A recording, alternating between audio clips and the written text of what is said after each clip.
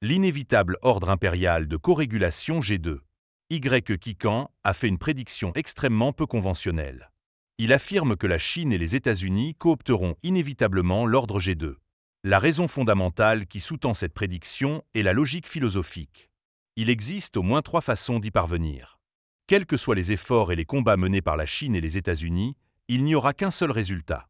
La Chine et les États-Unis accepteront inévitablement l'ordre G2 ensemble. Dans son livre à paraître, Y. Quican affirme qu'il existe 2 philosophies différentes de l'Empire en Chine et aux États-Unis. Elles peuvent également être appelées philosophie de la domination ou système de pouvoir. Il appelle l'une d'elles le type d'empire phare et l'autre, provisoirement, le type d'empire dune. Chacun de ces 2 empires a ses propres forces et faiblesses.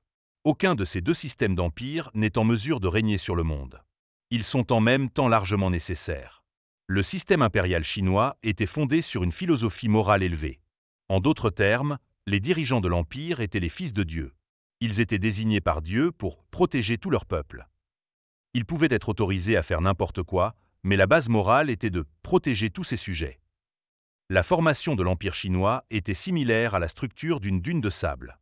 Le centre devait être nettement plus puissant que la périphérie, étendre le territoire qu'il couvrait et protégeait par une lente gradation des différences de pouvoir.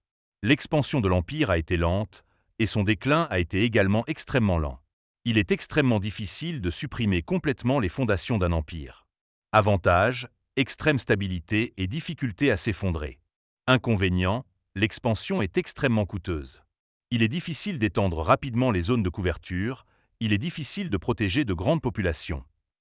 Il est donc loin du compte et suscite le ressentiment dû à la déception. La formation des empires européens s'apparente à la construction d'un système de phares. Un phare peut éclairer rapidement une grande zone. En sautant plusieurs systèmes de phares, l'empire pouvait s'étendre rapidement.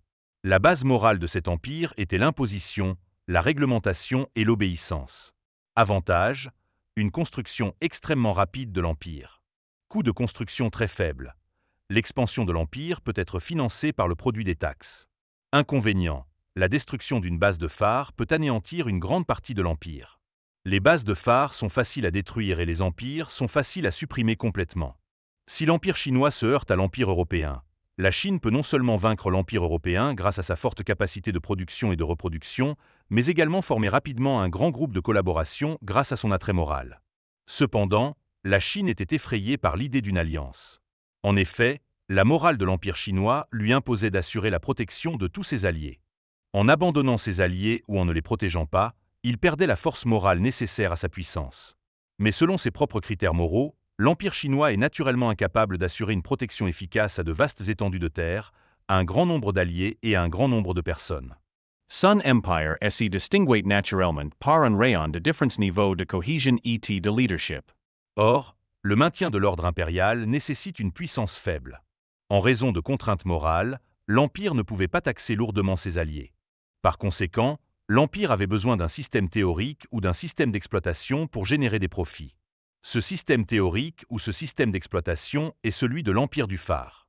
La Chine devait également utiliser cette voie pour obtenir des différentiels de pouvoir ou de puissance afin de maintenir son système impérial et de protéger ses sujets sous sa domination.